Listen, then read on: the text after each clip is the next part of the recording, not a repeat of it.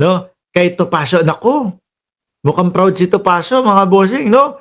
In-announce po, mga kababayan, na siya ang tatayong spokesperson ho, mga bossing. Oh, no? Natatayo si Topacio bilang spokesperson ho, mga kababayan, ng PDP. Oh, 'di ba? Lakihan ko ha, mga bossing, hindi ko mabasa eh. Malabo yung mata ko. Topacio announces his appointment as PDP spokes for Sara Duterte trial. Naku po, wait lang ha, bago tayo mag-umpisa, no? Sino-sino, ulitin lang natin, atras tayo ng konti. Sino-sino ang mga kliyente ni Topacio? Alam ko si Buloyski nandyan, di ba? Alam ko si Buloyski ay isa sa kliyente din ni Topacio. Tago, kulong. Si Cassie Leong, Cassandra Leong, tago, kulong. Si Tebes, tago, kulong. O sino pa? Si Alice Guo, alam ko kasama din dyan na dinidepensa ni Topacio. No? Tago, kulong. Alam ko si Denise Cornejo ba? Sino ang nag-lawyer doon?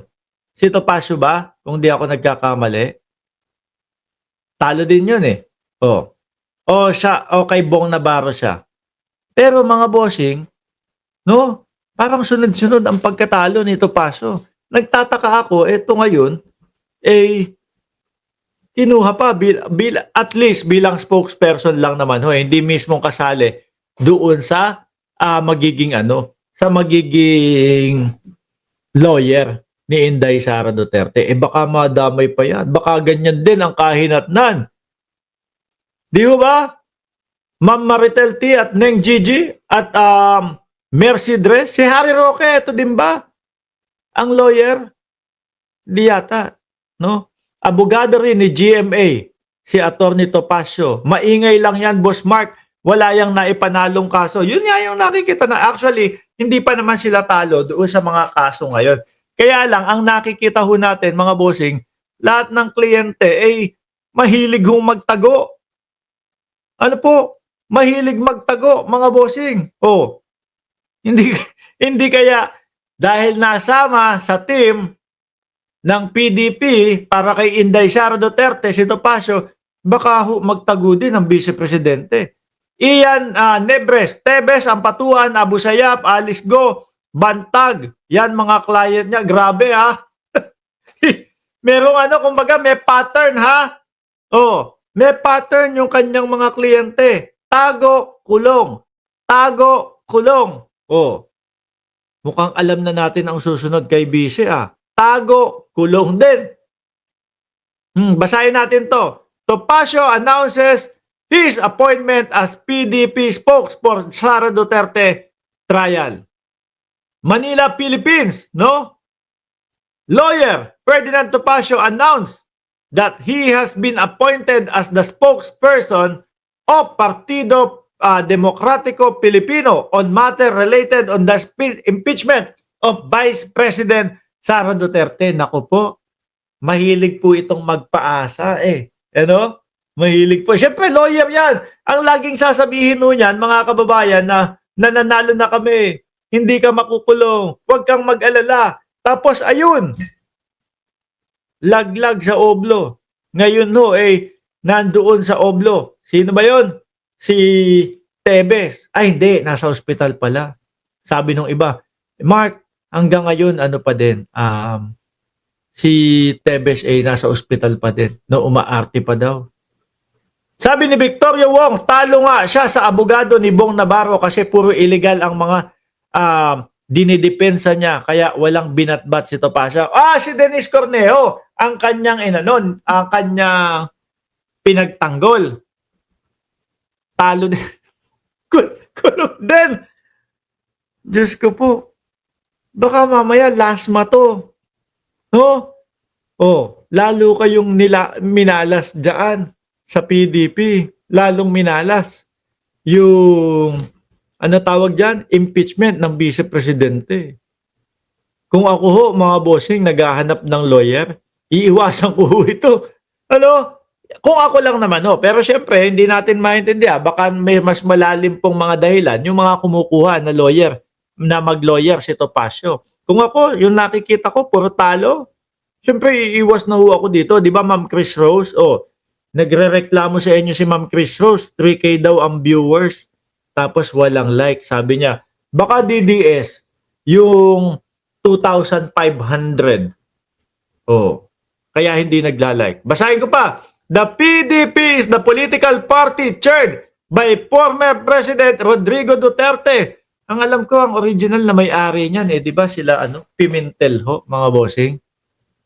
Whose senatorial slate of 10 candidates bowed during the campaign for the midterm polls last May to acquit the Vice President in the trial. So, isa lang ang ibig sabihin din yan, mga bossing, no?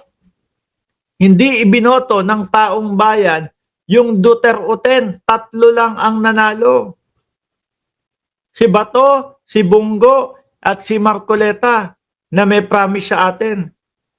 Kapag hindi lumagpas ng 2,000 piso ang ating mga bill, gusto ni Marcoleta, libre. No? Hintayin po namin yan. Kung, Senator Marcoleta, ha? Yun lang po. Yung 7, mga kababayan, talo po lahat. Ano ibig sabihin nun? Pangako nila di ba? Ang pangako nila, ilalabas natin ang dating Pangulong Duterte. Tutulungan natin si Vice Presidente na ma-stop ang impeachment. Talo. Tapos, magpupunta ho dito yung mga DDS, sasabihin, Mark Ramos, bakit ka umiiyak? Ano iiyak ko? 7 talo doon sa mga kandidato ninyo. Tapos ako iiyak. Hindi nga man lang kumalahati. Hindi man lang makalima ho, mga bossing. Hindi pumasok si Buloyski. At may tigas pa ng muka na sila pa daw ho ang gustong magpa-recount. Samantalang yung Abalos, ayun, nasa 14, 15. Dikit po sa 12. Tinanggap po yung pagkatalo ng maluwag. Nag-concede ho ng maluwag sa kalooban niya. Ito pong mga nasa 31, 35, nadaya daw po sila. Di po ba? Sabi dito, I am happy to announce that I have been appointed PDP spokesman on impeachment matter. Naku, Topacio said, message to reporter. Malamang ito, baka magaya ho ito kay doon sa, pangalan nun? Kay Tebes.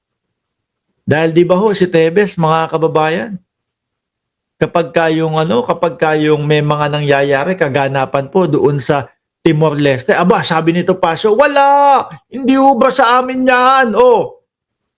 Napagsasabihan pa na fake news, yung DOJ. Ayun, ngalingalan po sila. Nung si Tebes, naioblo na ho, mga kababayan. Di ba? Ako, hindi ko sinusiraan si Topacio. Para lang ho sa akin. Kung nakikita ko, puro talo, naging lawyer yan ni Dennis Corneo. Naku, talo yun Naging lawyer yan ni sino ba yun? Si Cassie Leong. Naku, nakakulong ngayon yun Lawyer yan ni Kibul. Naku, nakakulong din yun Lawyer din yan ni Cassie Leong. Naku, alis ko. Naku, nakakulong lahat yun Di bali na? Iba na lang ang kukunin ko. Okay na siguro ako doon sa mga lawyer na ang acceptance fee kahit 150,000, 200,000. Baka may chance pa ako na manalo. Baka kapag ito ang naging lawyer ko, baka matalo. Siyempre, yan ang una kong iisipin, mga bossing. Last February, he joined former House Speaker Pantaleon Alvarez. Si Pantaleon Alvarez na ibinuko nung kanyang anak na pagkalaki-laki daw po ng mansyon. At yung mansyon, mga bossing, ang haba po ng papasok na bahay, may bakod pa. Di ba? Last February, he joined former House Speaker Pantaleon Alvarez, lawyer Virgilio Garcia, and the PDP senatorial bet Jimmy Bondoc in filing case for falsification of legislative document and graft against presidential cousin House Speaker Martin Romualdez. O talagang punter yan nila si Romualdez. Ano nangyari? Parang wala naman. Di ba? Topacio announcement came a day after the Vice President said lawyer Michael Poa is her spokesperson for the impeachment trial. Yung kay Poa naman po, ang sabi, naku, ginamitan ng pinagbabawal na teknik. Kumbaga, para nga hindi naman magisa yung si Michael Poa. Ibang klase talaga itong mga ito.